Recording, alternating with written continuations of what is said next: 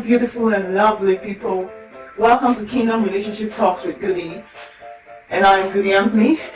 Thank you so much for stopping by our video, and all my wonderful subscribers, thank you so much for subscribing, for supporting, promoting our content, and all who are going to subscribe, thank you so much, because I know you are subscribing now.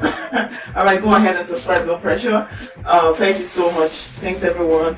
And welcome to another wonderful session.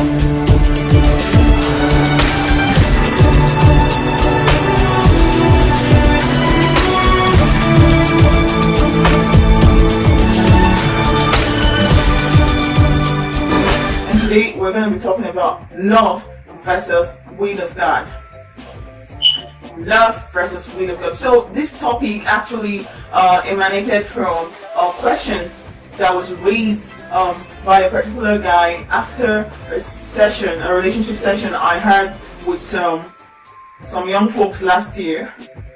And so he read somewhere that for those that have been long in relationships or in marriage and have begun to experience a kind of downward sloping and diminishing of their love and emotions, and the spicy sweetness in their marriage, that emotion, that attachment, that affection has diminished, and those people were asked to try to rekindle such love by reflecting on the past, how they started, how they bonded, when they just got married, all the euphoria of love and everything.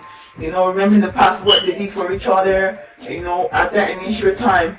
Maybe the love had diminished because issues of life had come up, children, more responsibilities, job, career, business, and so many other things, that can affect a home. So he had this understanding that when one says he's going to do the will of God in marriage, this will of God issue. Hey. So when one says, according to him, he felt that when one says one is going to do the will of God in marriage, that means God tells you you're going to marry this person and you obey. So he wants to know what the relationship is between the will of God and love, because this particular couple was asked to reflect back on on how they bonded and everything, and they were supposed to be people that did the will of God, So why are you saying reflect back on how you were attracted to this person, what drew you to this person, that kind of thing. It's supposed to be the will of God, so not by attraction. So I think that was what he meant, and he wanted clarification on their issue, which I did profile, and I'm bringing it up here in case you're out there watching me and you have the same question. How does love relate to will of God? Is there love in the will of God? The will of God in court? How can one be doing the will of God in marriage and still be attracted? I want to first tell you that we're human beings. So you may hear maybe a man or a brother or a sister in church say, the Lord led me to, and I obeyed, and that the person has not told you the emotional part. It's just talking about, I don't doubt such, it's true. I mean, I have a first-hand encounter in that. I would say first-hand experience in that, right? Which is for another time. But more to that is the emotional part. Now, the will of God comes with God's love. The Bible says that God is love, and he that dwells in God dwells in love. So God and love are not different from each other. He is the foundation, the fountain of love. So when you truly, sincerely love him, and you have him in you, you have love, and that love is planted in you to spring forth and touch different aspects of your life, including your relationship, and it's displayed in different forms. It was God that put the emotion, that affection, that man-woman coming together, that attraction, so that you continue to be attracted to your wife. That bonding can take place. So when God meets you, he puts his love in you. And I know that there are several people that are waiting for the heavens to open and the angel of God to come down and say, "Oh, hail Agnes," or "Hail John."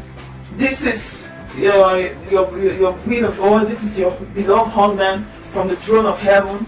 Take him, take her, marry, be together and prosper and multiply. All right. I don't know about that, but if you're one of those expecting that may not be the way God is gonna lead you. And I'm gonna be talking about how God leads people, leads His children in this area, maybe some other time. But the thing is that one of the ways that God leads people is implanting His deep love in their heart. In fact, generally, you cannot marry someone that you don't love. You cannot settle down with someone you don't love. Maybe you didn't love the person initially. I know that mothers and fathers of old, they had a raw experience, spiritual, ruggedness and all that. So all kind of things happen. But the truth is that along the line, the love will grow. You cannot settle down with someone. Just like people say, marry a friend. It doesn't mean that person has been your friend all your life. It simply means that even if you just got to meet the person, and you guys are together, you build friendship over time.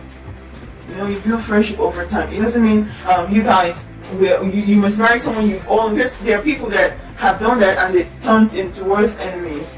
So with that apart, that's the same application here. You will do the will of God. The Bible says that we have the mind of Christ.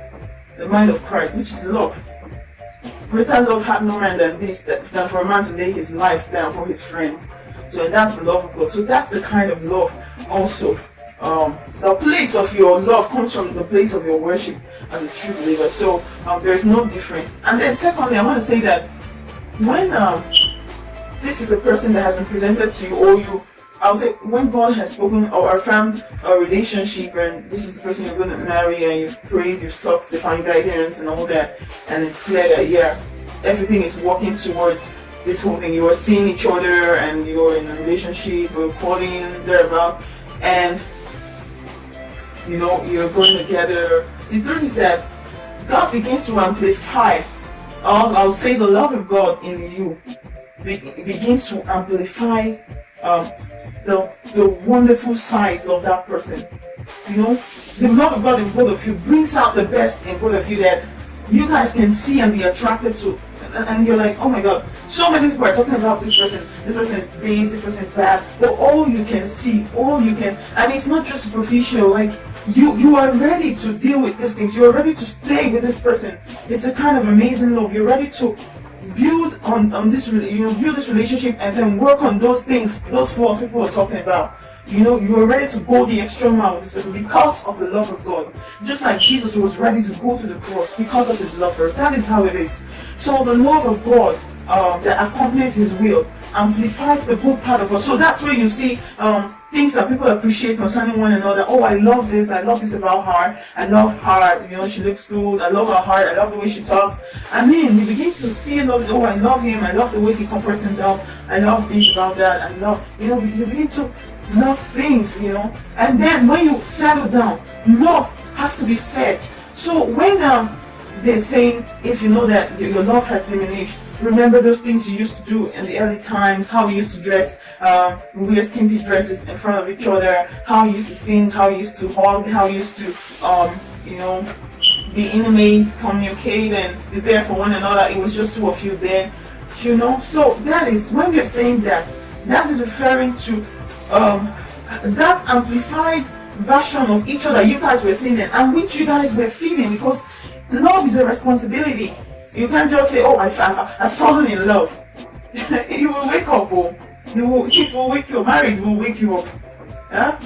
I remember Pastor Mrs. Funke and Felix Adekimo will always say, love is blind, but marriage will open your eyes. So marriage will wake you up and open your eyes. So you feel the love. So that is what that was what the material the guy read was trying to say. That go back to those things that you were doing, feeding your love.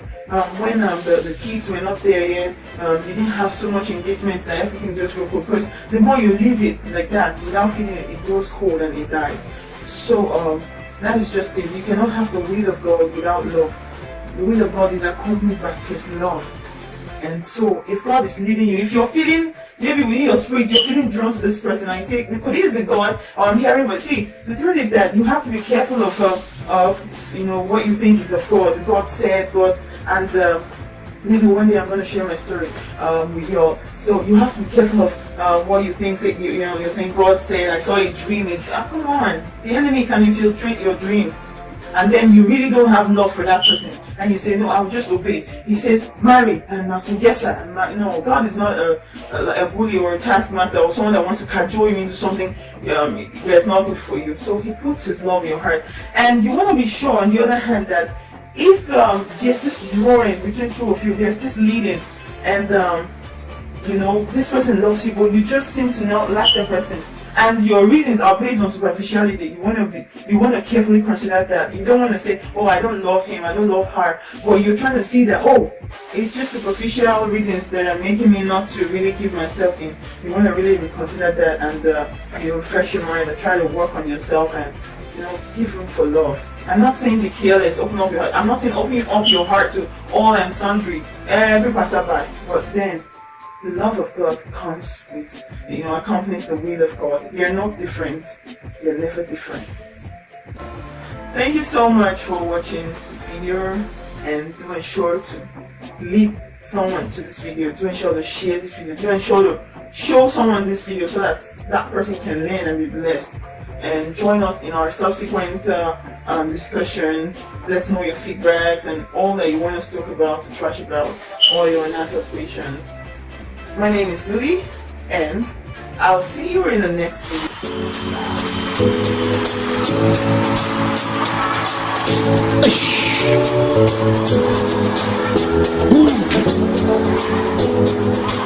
video.